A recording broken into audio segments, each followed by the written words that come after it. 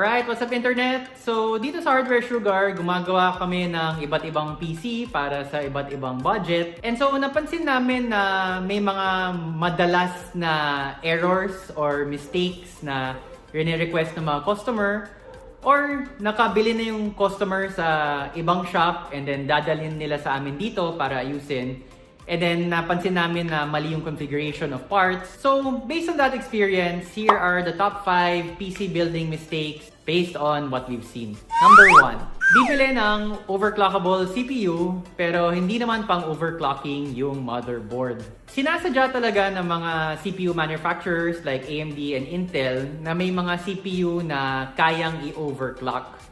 Ano ba yung overclocking? Kung kotse yun, yung overclocking, pinapatakbo mo siya lampas dun sa rated manufacturer speed. So yung isang kotse, let's say, sabi ng manufacturer, yung kaya lang na yan hanggang 100 km per hour. Kung in-overclock mo siya, aabot siya ng 120 km per hour. And it's the same concept with CPUs. Halimbawa, yung Ryzen 7 3700X and the Intel i7 9700K, both of those CPUs run at 3.6 GHz, yung basic manufacturer speed. Pero kung in-overclock mo yung R7 3700X, kaya mong umabot ng mga 4.4 GHz. Yung Intel naman, yung i7 9700K, kung in-overclock mo yun, kaya mo siyang paabutin ng mga 5.2 GHz or so. So malayong-malayo talaga yung rated manufacturer speed dun sa kaya mong abutin with overclocking. So okay, di ba? Bili tayo lahat ng overclockable CPUs. How do we know kung overclockable ba yung CPU? It's just letters after numbers. You just need to look at the letter that comes after the numbers in the CPU designation. Again, in the example, para sa AMD, yung magic letter is X. If it has X in the designation, it is most likely an overclockable CPU. And again, in the example I used, the Ryzen 7 3700X, the X there denotes that yes, you can overclock it. Sa Intel naman, the magic letter is K. Kung may K yung Intel CPU, malamang pwedeng i-overclock yan. Like in the example I used, the i7 9700K. But we've seen builds where, and they come from other PC shops na binentahan nga yung customer ng overclockable CPU, pero yung mali dun, para ma-overclock mo yung CPU, kailangan compatible yung motherboard. So, useless lang yung pagbili mo ng overclockable CPU, hindi mo ma-overclock yung CPU na yan. Nakastock lang yan sa default speed of the manufacturer. If you buy an overclockable CPU, make sure that you get an overclockable motherboard. Paano mo malalaman kung compatible ba yung motherboard sa overclocking? Again, the secret is in the letters. Tingnan mo yung letter.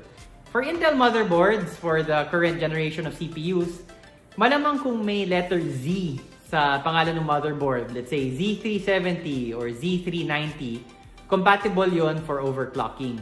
Sa AMD, the magic letters are X and B. So if you get an X370, if you get a B350, most likely those motherboards will support overclocking. PC building mistake number 2, getting 1 stick of RAM instead of 2. So halimbawa, gusto mo kumuha ng 16 GB of RAM para sa rig mo. And you can get 1 stick of 16. So 1 stick is 16 GB of RAM. Or you can get 2 sticks of 8. 8 GB and 8 GB, total pa rin 16. And so they're both 16 GB and you're wondering what's the difference or what should you get? You should always get at least 2 sticks of RAM. Kunin mo yung 2x8 or 2 sticks of 8 rather than 1x16 or 1 stick of 16. Because computers nowadays use something called dual channel memory. Paano dinesign yung computer systems, mas maganda yung dual channel kasi mas efficient yung pag-allocate ng memory. There's a long technical description. I won't bore you and di ako magmamarunong dito na maintindihan ko ba talaga mas mabilis yung dual channel. But basically, dual channel is better for you. You do see performance increases right away. In gaming, where it's only just one application, supposedly the performance increase is not very noticeable. But for other applications such as video editing and things like that, you'll probably get like a 20-30% increase just because you use dual channel or just because you got 2 sticks of RAM instead of 1. And I know medyo nakakalito to kasi kung isipin mo lang logically, hindi ba mas maganda yung 1x16 para mas konti yung RAM slots na gamitin ko para mas may space pa ako para mag-expand. And so this one actually I understand it's a bit confusing, but basically the bottom line is just get 2 sticks of RAM instead of 1 stick. And again, these are the same RAM sizes. We're just talking about here in the example 16 gigabytes. But again, you can break that down in so many ways. 1 stick of 16, 2 sticks of 8, or 4 sticks of 4. That's overkill. You don't need that for dual channel. It's gonna confuse things. But basically, the optimum configuration is 2 sticks. And that's true regardless of RAM size, whether you want 32 gigabytes and get 2 sticks of 16 and so on and so forth. Building mistake number 3 also deals with RAM. RAM, like many PC hardware, comes with speeds. So you can get RAM in different speeds such as 2333 MHz, 2666 MHz, 3000 MHz, 3200 MHz, etc. So, baka isipin mo na, well, kunin ko na yung pinakamabilis, diba? Para sa nakaya ng budget ko. But again, the problem here is the motherboard. Kasi yung motherboards, may maximum speed yan para sa RAM. Kung bumili ka ng mabilis na RAM, pero hindi naman supported nung motherboard mo, tatama lang siya dun sa maximum rated speed of the motherboard. For example, the MSI H310M Pro VH Plus. Popular na budget board yan. Maganda naman yung performance. So isipin mo, yan nabilin ko na motherboard and then pang RAM ko, kaya pa naman ng budget, bibili ako ng 3200 MHz na RAM. And just there, nag-aksayang ka ng pera because yung motherboard na pinili mo, yung MSI H310M, is only rated up to 2666 MHz. Sayang lang yung 600 MHz or so, yung difference between 32 MHz and 2666 MHz, kasi hindi mo magagamit yung extra speed. So very similar to overclocking your CPU, make sure that the RAM you get, the RAM speed you get, is compatible with the motherboard that you get. Otherwise, you'll just be wasting money. Building mistake number 4 is getting generic or cheap PSUs. Don't get me wrong, I have advised in the past na okay naman yung generic PSUs para sa mga computer na hindi naman talaga performance. Yung mga pang-office, yung ginagamit mo lang pang surf ng internet or Word or Excel or things like that, walang problema yung generic power supplies dun. But if you are doing an expensive build, yung pang-gaming, pang-video editing, pang-rendering, hindi talaga kaya ng generic power supply.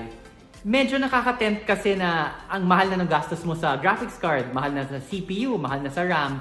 Baka naman kayang itipid na lang yung power supply unit. Wag mo tipirin yung PSU. Especially for higher-end rigs, all of your nice components like the GPU and things like that, they need a steady power supply to be able to meet their performance speeds. And if you don't get a good power supply from a good manufacturer, then you're just wasting your parts. And in the most extreme cases, we've seen generic power supplies basically blow up. And, maswerte ka na lang kung okay pa yung ibang components, yung PSU lang yung nasira. So never scrimp, never cheap out on getting a good power supply. And kung kaya ng budget, we always recommend fully modular PSUs.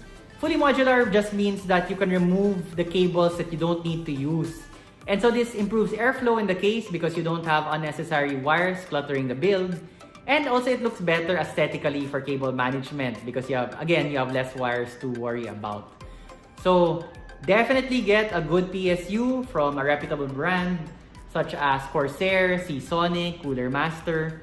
And if the budget allows, get one that is fully modular. Last building mistake, not including an SSD. I understand, mahal talaga yung SSD. Kumpara natin kung magkano, let's say a 1TB hard drive, usually kaya mo bilhin mga 2,400. Yung SSD, kung same price, 2,400, makukuha mo lang 500 GB. Roughly, mga double the price yung SSD sa hard drive. Why am I recommending it? why am I saying that all builds, regardless kung pang office yan, pang gaming, pang video editing, lahat ng builds dapat may SSD. It's really a quality of life issue. Sobrang bilis ng SSD kumpara sa hard drive. Pag nakatry ka na ng SSD, hindi ka na talaga babalik sa hard drive. Ayaw mo nang bumalik sa hard drive. Things are so much faster on an SSD. Depende naman sa budget mo, you can just get a small SSD para sa OS, para pag boot up mo ng OS, sobrang bilis. And then you get a hard drive, 1 terabyte or so, for your files. And it's not true, paminsan may narinig ka na yung SSDs mas mabilis masira kumpara dun sa hard drive. And that's not true at all. Actually, failure rates on SSDs are less compared to hard drives. For one, because SSDs have no moving parts. Para gumana yung SSD, walang gumagalaw sa loob niya. Kumpara sa hard drive where there's actually literally a spinning disk that goes round and round so that the computer can access your data. So there are more failure points within a hard drive compared to an SSD. So an SSD will last as long, if not longer, than a hard drive. And actually, you're already used to SSDs because your phone uses an SSD. And that's why it boots up so much faster compared to your other devices. I cannot emphasize this enough. Make room in your budget for an SSD. Bonus mistake on RGB. And usong-uso yung RGB ngayon. Maraming nawawili sa lights kasi kaya mo i-breathing, kaya mo iba't ibang kulay, etc. Totoo, maganda nga tingnan. Bangis tingnan ng computer mo kung naka all red or whatever. Pero may masamang biro kasi yung mga techies na, parang linilito nila yung mga non-techie friends nila. And I've heard it before na sinasabi nila na, yung RGB, kung ilagay mo yung kulay sa red, mas mabilis computer mo.